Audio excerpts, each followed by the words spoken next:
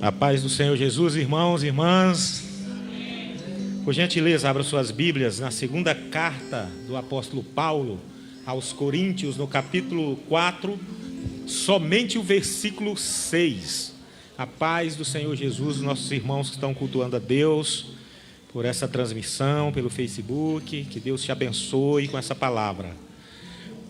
2 Coríntios 4, 6, só esse versículo bíblico para a gente expor a palavra nessa manhã, através do Espírito Santo, da iluminação do Espírito Santo para a nossa alimentação. Diz assim a palavra do Senhor: pois Deus que disse, das trevas resplandeça a luz, Ele mesmo brilhou em nossos corações, para a iluminação do conhecimento da glória de Deus na face de Jesus.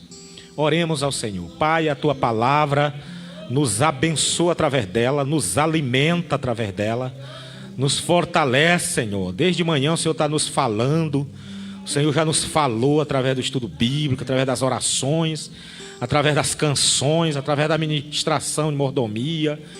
E eu peço que o Senhor fale mais uma vez agora através da reflexão na Tua palavra, da exposição da Tua palavra. Tua palavra será exposta, meu Deus, que alcance os corações, que o Senhor abençoe a igreja através dela, pois ela é nosso alimento, como diz o autor de uma música, e é nosso combustível. É a Tua palavra que nos sustenta espiritualmente. Então eu te peço em nome de Jesus, que o Senhor seja generoso comigo, me usa e fala com a igreja através dela, em nome de Jesus. Amém. Irmãos e irmãs, graças a Deus pela sua presença, a igreja está linda, é magnífico ver a igreja louvar o Senhor, adorar o Senhor. É um dos momentos do culto que eu entendo que é uma preparação assim, para a pregação, né, para a exposição da palavra. É muito bonito ver a igreja adorando o Senhor através das canções, né? Juntamente com a equipe de louvor, as expressões, né, as manifestações, os gestos, sempre com o coração totalmente voltado para o Senhor. Esse momento do louvor é muito especial também no culto. Adore mesmo, né? Quando a equipe estiver aqui, irmãos, se desligue mesmo de tudo e adore o Senhor. É muito bom, é muito legal você verbalizar, né, cada frase das canções e estar aqui totalmente, integralmente, exaltando e homenageando esse Deus. Glória a Deus, glória a Deus. Eu também quero fazer como a Lia fez, né? Bom te ver, minha irmã. Quanto tempo, né? Nem lembrava mais o nome do Felipe. Sua esposa, seu filhão, sejam bem-vindos sempre. São pessoas queridas. Teve ali a passagem em Vaz Lobo, né? Você em Vaz Lobo 2 vezes. E o Felipe sempre ali, né? Deus abençoando sua família, em nome de Jesus. Vou ser rápido hoje, irmãos, porque depois do culto eu quero conversar rapidinho com vocês, eu acho que uns 10 minutos, tá bom? Gostaria de conversar com toda a igreja, depois da pregação, depois da oração, da bênção pastoral. Esse versículo que eu acabei de ler, a gente vê claramente o apóstolo Paulo dizendo que Deus manifestou o seu poder, a sua evidência, o seu milagre poderoso através de Jesus. Então, este versículo ele fala de conhecimento. Quer pregar sobre conhecimento? Você pode usar esse versículo. Quer pregar sobre Cristo como a luz do mundo? Também você pode usar esse versículo. Você quer pregar sobre iluminação espiritual? Também pode usar esse versículo. É um versículo poderoso, ele está dentro de um contexto maior. Esse versículo joga lá para Gênesis. E o contexto aqui que o apóstolo Paulo está usando, o contexto de todo o capítulo 4, é um contexto extraordinário, porque ele vai exaltar sempre Cristo. Ele vai engrandecer sempre Cristo.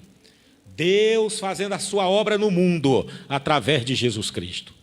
Então é um versículo muito rico, é um versículo poderoso das Escrituras, e nós queremos refletir aqui rapidamente sobre ele.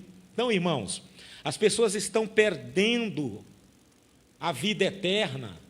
As pessoas estão perecendo, as pessoas estão morrendo, porque a mente delas está mergulhada em profundas trevas. O apóstolo Paulo fala isso e eu acredito que com muita tristeza no coração. Ele diz: as pessoas estão morrendo, as pessoas estão perecendo, porque elas estão mergulhadas em profundas trevas. E por estarem mergulhadas em profundas trevas, essas pessoas estão cegas, cegas de entendimento, cegas dos olhos, porque na escuridão realmente a gente não vê nada. Observe que o texto está dizendo que as pessoas estão mergulhadas profundamente em trevas. E por isso não vê nada. Você já teve uma experiência de um momento ali seu? Vamos imaginar um quarto que tenha um rebaixamento e você apaga a luz com a porta fechada e de repente você não vê um palmo diante dos seus olhos por causa da escuridão. Quando você está diante de uma profunda escuridão, você perde até a noção de onde as coisas estão, no seu próprio quarto. Diante de uma profunda escuridão, você terá dificuldade de encontrar o seu sapato, de encontrar uma roupa, de encontrar até a tomada para ligar a luz. Você vai meio que tateando para entender, para encontrar a luz, porque diante de uma profunda treva, você não consegue ver nada. Gente, Paulo está fazendo essa analogia para dizer que existem pessoas que estão mergulhadas em profundas trevas. E ele diz que essas pessoas estão cegas de entendimento. Ele vai dizer no versículo 5 que foi o Deus desse século que cegou o entendimento dessas pessoas para que o evangelho não resplandeça na vida delas. Isso é muito sério. O mundo jaz no maligno. O homem sem Jesus é um réu. O homem sem Jesus está perdido. O homem sem Jesus vive numa escuridão profunda. E quando esse evangelho se apresenta, se esse homem não responder esse evangelho positivamente, ele está morto. Ele está morto. João, em Apocalipse, diz que ele é um coitado. O homem sem Jesus é cego. O homem sem Jesus é nu. O homem sem Jesus é miserável. O homem sem Jesus não tem esperança. Não tem esperança de vida, não tem esperança de eternidade, porque está perdido. Só Jesus Cristo salva. Paulo está convicto disso, e ele escreve pelo Espírito Santo com essa certeza. Ele faz uma analogia da luz com as trevas, e ele diz que quem anda na luz são os salvos. Quem não é salvo está mergulhado em profundas trevas. Ele diz que quem anda na luz vê, quem anda nas trevas não vê nada. Ele diz que quem anda na luz enxerga, quem está nas trevas não consegue enxergar nada. E ele faz ainda uma analogia: está cego de mente, está cego dos olhos. É chocante o que Paulo constata aqui espiritualmente. Porém, é interessante que ele joga luz ao que ele está escrevendo pelo Espírito Santo, e ele diz que o caso dessas pessoas que estão cegas não está totalmente perdido. Primeiro ele coloca essas pessoas nas trevas, diz que está cega, está condenada, mas agora ele joga uma saída, agora ele mostra uma solução, agora ele mostra um caso dessas pessoas que estão em trevas, e diz que o caso delas não está totalmente perdido, pois Deus pode criar trevas na luz. Essas pessoas não podem jamais perder, né, a possibilidade da salvação, porque Deus pode criar luz nas trevas. Deus pode fazer das trevas luz. E andar na luz é muito bom. Na mesma experiência, na escuridão, quando você está num quarto muito escuro, quando você liga a luz, as trevas simplesmente desaparecem, são dissipadas. E ele está dizendo que Deus faz isso, gente. Ele está trabalhando sempre aqui com comparações, com analogias. Ele está dizendo aqui, olha, o nosso Deus é tão poderoso que ele pode criar luz das trevas. Você olha, só tem treva, mas não tem possibilidade de ter luz aqui. O apóstolo Paulo diz que em Deus tem sim.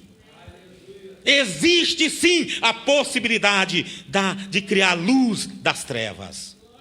E aí ele disse, ele fez isso na criação. Nos remete lá para Gênesis. Qualquer Bíblia de estudo que você tiver aí, esse texto vai remeter lá para Gênesis. Ele vai dizer, Deus fez isso no sentido natural, no sentido material, no sentido da criação. Fez isso na criação e ele faz isso também espiritualmente. Então ele está dizendo, assim como na criação, quem criou a luz foi Deus. Espiritualmente, quem cria a luz no coração das pessoas, quem dá a vida eterna para as pessoas, quem ressuscita esse homem espiritualmente morto, é Jesus Cristo. O texto remete também para João 1, 3 e 4, que nos mostra que Jesus é a luz do mundo. Jesus é a luz do mundo.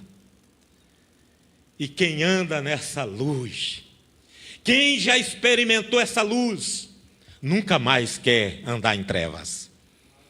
Amém, pessoal? Nunca mais quer andar em trevas. Quem já abraçou essa luz, quem já respondeu essa luz positivamente, quem já teve essa experiência de andar na luz de Deus, na luz de Cristo, nunca mais quer andar em trevas. Então o Deus da criação, que fez brotar a luz das trevas, é o mesmo Deus que cura a cegueira espiritual das pessoas. É o mesmo Deus que vai curar a cegueira da mente. É o mesmo Deus que vai arrancar essas pessoas das trevas para a sua maravilhosa luz. O Deus da criação é o Deus da restauração. É o Deus que opera um milagre espiritual na vida das pessoas. Ele está fazendo aqui mais uma comparação para que ninguém tenha dúvida que o nosso Deus é o Todo-Poderoso. Ele está falando para um grupo aqui que tem entendimento do que ele está falando e sabe muito bem as comparações que ele está fazendo. E ele faz sempre o arremate final da analogia, mostrando aquilo é igual a isso. Se Deus fez lá, ele faz aqui, porque tudo é para a glória dele, tudo é para louvor do seu nome. Então ele está dizendo aqui que Deus tira pecadores do império das trevas e os transporta para o reino do Filho do seu amor. Então o texto remete para Colossenses 1,13. E lá no grego, essa palavrinha é transportar. E a origem dela é de jardim. Então aqui mais uma vez o Paulo está fazendo uma analogia da jardinagem. Ele está dizendo assim, Deus, ele pode arrancar pecadores das trevas e transportar. Ele arranca das trevas e transfere para o seu reino de luz. É para não ficar dúvida, ele está dizendo, ó, aqui é trevas. E o sujeito está mergulhado na treva, ou nas trevas. Deus vem com a mão dele, imagine essa teofania. Deus vem com a mão dele, arranca a pessoa totalmente. Porque na teologia, na analogia da jardinagem, a planta é arrancada por como? Pela raiz. É para todo mundo entender. O que Paulo está falando é para todo mundo compreender. Ele está dizendo, esse Deus poderoso que faz nascer a luz das trevas, Ele é capaz de ir lá nas trevas, pegar o ser humano e tirar dessas trevas, tirar ele completo, tirar ele integral e transportar para outro reino de luz, que é o reino do seu amor. Na analogia da jardinagem, é por isso que nós temos esse costume, que o novo convertido tem que ser cuidado, né? O novo convertido é que nem uma planta. Você aduba, você joga água com carinho. Não pode jogar água de qualquer jeito, não. Você joga com cuidado. Porque o novo convertido, ele está saindo pela raiz de um mundo de trevas para um mundo de luz, do reino do seu amor. Nesse mundo de luz, ele vai se acostumando. Como uma planta, né, que sai de um solo para o outro.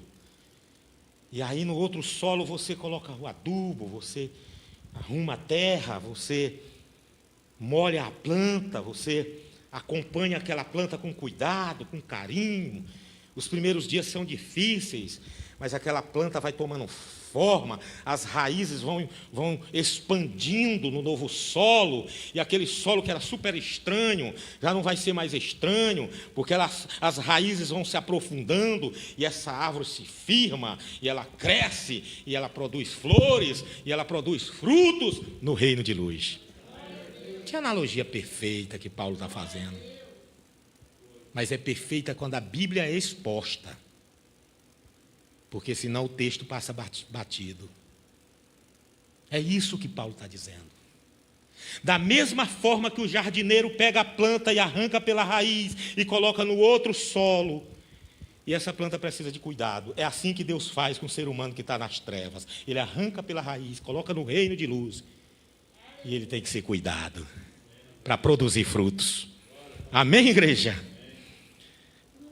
O Criador da antiga criação, é isso que Paulo está falando. O Criador da antiga criação, ele está se remetendo lá para Gênesis. O Todo-Poderoso que criou lá, também é o Criador da nova criação. Ele está apontando para nós, para o ser humano. O Criador da criação material é o Criador da criação espiritual. O Criador que jogou luz lá no início é o mesmo Criador que joga luz no nosso coração, no nosso entendimento, na nossa mente, para responder o Evangelho positivamente. Deus dissipa as trevas, tanto lá na criação, as trevas físicas, lá no material, como na nova criação. Ele elimina a escuridão na esfera física, por intermédio da luz, pelo intermédio do sol, e na esfera espiritual, através do seu Filho amado, o Senhor Jesus Cristo, que estava lá na criação e que está aqui nessa manhã passeando no meio da igreja. É esse Cristo que garante a vida eterna. Aí ele caminha aqui para o final do versículo dizendo que assim essa nova obra de Deus, ela é maior que a primeira. É por isso que quando a gente lê Abacuque, né? Que diz que a glória da segunda casa é maior que a... Quando a pessoa lê esse texto, vai pensar que ele está falando do templo material. Mas ele está falando de coisas espirituais. Ele está falando de coisas extraordinárias, de salvação. Ali está apontando para a obra espiritual, para a obra de salvação, para a obra de vida eterna que Deus faz no homem que caiu, mas Deus enviou o seu Filho unigênito para buscar esse homem, para achar esse homem. E se esse homem responder o Evangelho positivamente, a obra vai ser maior, a obra da vida eterna. Porque o primeiro Adão é maior que o segundo Adão é maior do que o primeiro. Porque o primeiro Adão pecou, o segundo Adão resistiu à tentação, resistiu ao pecado. Na primeira criação, Deus ordenou a luz que brilhasse, mas na nova criação, Ele mesmo brilhou em nossos corações. A luz divina raiou em nós, iluminou os olhos da nossa alma e nos arrancou de uma densa, de uma grandiosa escuridão para a luz da vida eterna. Então, caminhando aqui para o final da nossa reflexão, que é baseado num versículo bíblico, enquanto Satanás cega a humanidade, no versículo 4. Deus ilumina o seu coração, no versículo 6. O diabo vem para matar, para roubar, para destruir. Jesus veio para dar vida e vida eterna, vida abundante. O diabo veio para cegar a mente, para cegar os olhos. Jesus veio para iluminar nossos olhos, para iluminar o nosso coração, para iluminar o nosso interior. Satanás impede a iluminação, mas Deus providencia a iluminação. Foi isso que Deus fez com o apóstolo Paulo, por exemplo, no caminho de Damasco. Paulo, ele está aqui praticamente falando do que aconteceu na vida dele. Paulo está aqui praticamente testemunhando o que aconteceu na vida dele. Ele diz que perseguia a igreja, o coração dele era de ódio. Paulo era, na minha opinião, um assassino. Ele consentiu na morte de um diácono. Ele estava ali concordando, ele estava ali aprovando. Ele respirava ódio contra a igreja de Deus. Ele queria arrastar crente, ele queria matar crente. Mas ele disse que um dia, diante desse caminho que ele ia para Damasco, para perseguir a igreja, uma luz mais forte do que o sol, em seu fulgor, brilhou ao meio-dia e jogou Paulo no chão. É um negócio inacreditável. Atos 9, 3 e 4. Paulo arrogante, Paulo prepotente, Paulo com coração duro, Paulo totalmente altivo, perseguidor da igreja. De repente Deus joga esse homem no pó. De repente Deus joga esse homem no chão. A luz que se manifestou, imagine só, essa luz que é mais poderosa do que a luz do sol ao meio-dia. Moro no Piauí, lá eu sei bem o que é isso. O sol lá no Piauí, no meio-dia. Você olha assim e olha para o outro lado, parece que você está cego. Paulo está dizendo que a luz que se manifestou para ele naquele dia no caminho foi uma luz que o sol, a luz do sol diminuiu. A luz do sol não era nada, não dava para se comparar o tamanho da luz que foi manifestada através dele, na presença dele. E Paulo vai dizer que essa luz que se apresentou na face de Jesus é o próprio Deus. Que o plano de salvação em Jesus é o plano de Deus. Que a manifestação da glória de Deus em Jesus é o plano de salvação para a humanidade. Essa luz que derrubou Paulo era a própria manifestação da glória de Deus na face de Jesus. Amém, igreja? Deus teve que tratar Paulo assim. Jogou o arrogante no chão, jogou o prepotente com o rosto no pó, através da glória de Deus na face de Jesus. E aquilo ali invadiu o coração trevoso daquele raivoso perseguidor da igreja, fazendo dele o maior apóstolo, o maior missionário, o maior teólogo, o maior plantador de igreja da história. Humilhou Paulo para exaltá-lo. Porque é assim que Deus faz. Ele humilha e exalta. Ele exorta e consola. Ele exorta e abençoa. E Paulo se tornou um perseguido da igreja. Aquele que perseguia foi perseguido. E perseguido até a morte. E morreu de forma terrível por amor a Jesus Cristo. Por quê? Porque a glória de Deus se manifestou na face de Jesus. E ele teve uma experiência extraordinária com Jesus. E escreveu várias cartas, 13 pelo menos. Porque a glória de Deus é revelada na face de Jesus, é recebida no coração do apóstolo Paulo, como é recebida no coração de todos os crentes que receberam o evangelho positivamente. Essa glória, essa presença de Deus em Jesus que invade o nosso coração, reflete sobre os homens. Por isso que Jesus vai dizer que nós somos luz do mundo. Quando você vai para o original, na verdade ali é luzeiros. Nós refletimos a glória de Jesus. A luz é Jesus. Nós só brilhamos, nós só temos essa luz. O mundo vai olhar para nós e vai ver luz, porque nós estamos em Cristo. Nós refletimos a luz de Cristo. Brilhe mesmo, meu irmão, brilhe mesmo, minha irmã, mas é Cristo brilhando através de você. É a luz de Cristo através de você. Tirou Cristo, não brilha mais. É treva. Tem Cristo, é luz. E tudo isso é para glorificar o nome do Senhor. Então concluo dizendo, valorize sua salvação. Olho para a igreja aqui, só tem cristão, só tem servo de Deus. Não vacile. Não vacile. Continue brilhando. Porque nós vamos provar que somos discípulos de Jesus se tivermos comunhão uns com os outros. Se amarmos uns aos outros. Provaremos para o mundo que somos discípulos de Jesus, amando uns aos outros, orando uns para os outros. E Jesus ainda diz para Pedro assim, agora é para nós pastores: Pedro, tu me amas? E Pedro diz: Senhor, tu sabes que eu te amo, pois apacenta o meu rebanho. É a mesma coisa de Jesus estar dizendo assim para o pastor Pedro: tu me amas? Amo, pois prova que me ama. E como é que eu provo que te amo? Apacentando o meu rebanho. O pastor vai provar que ama Jesus apacentando, cuidando, pastoreando o rebanho de Jesus. Amém, igreja? Convido a igreja a ficar em pé. Vamos orar. Feche seus olhos. Agradeça a Deus, irmão. Que bom que você está aqui. Que bom que você está em família. Que bom que a igreja está presente. Glorifique o Senhor. Obrigado, meu Deus. Obrigado, meu Senhor, por essa linda salvação. Pela luz do céu que brilhou no nosso coração. Obrigado pela vida espiritual, pela ressurreição espiritual. Obrigado pelo conhecimento do Senhor Jesus. Obrigado por ter abraçado o plano de salvação em Jesus. Obrigado, meu Deus, por brilhar.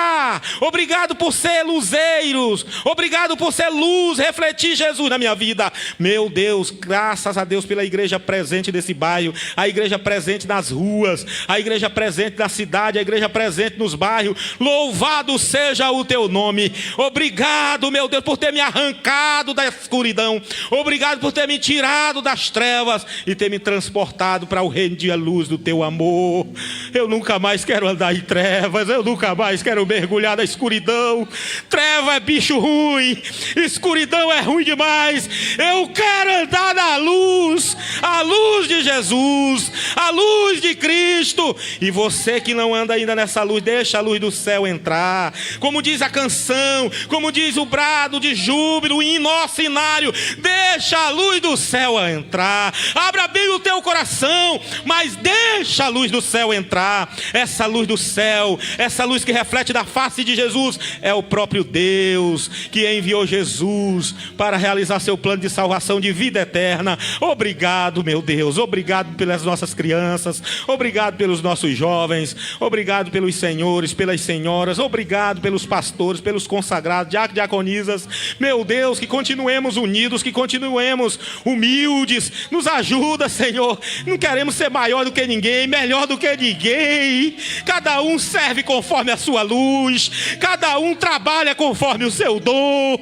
Nos ajuda, meu Deus, a termos esse entendimento, a termos essa compreensão, que a igreja de Cristo é formada por membros, que a gente se completa, que é um ajudando o outro, e assim o nome do Senhor é exaltado. Abençoa os enfermos, abençoa aqueles que estão precisando de cura nessa hora. Visita, meu Deus, cada vida, cada família, cada irmão, cada irmã, nas nossas necessidades, nas nossas provações, nas nossas tentações, meu Deus. Todos nós temos as nossas dificuldades. Hoje mesmo eu falei de uma dificuldade que eu tenho. Talvez a minha dificuldade seja diferente da dificuldade do meu irmão. O meu problema seja diferente do problema da minha irmã. Mas todos nós temos dificuldades, temos as nossas limitações. Que o Senhor nos ajude, que o Senhor nos aperfeiçoe, que o Senhor nos abençoe, que o Senhor cuide da gente. Oh, Pai, eu te peço em nome de Jesus, arranca de nós qualquer início de vaidade, qualquer início, meu Deus, de altivez, qualquer desculpa para externar vaidade, que seja repreendido em nome de Jesus, pois a tua palavra diz que maior é aquele que serve. Aleluias! E aquele que serve é exaltado pelo Senhor. É Ele que exalta, é Ele que edifica, é Ele que constrói, porque Ele é o Senhor dessa obra. Nós te pedimos e agradecidos estamos, em nome de Jesus.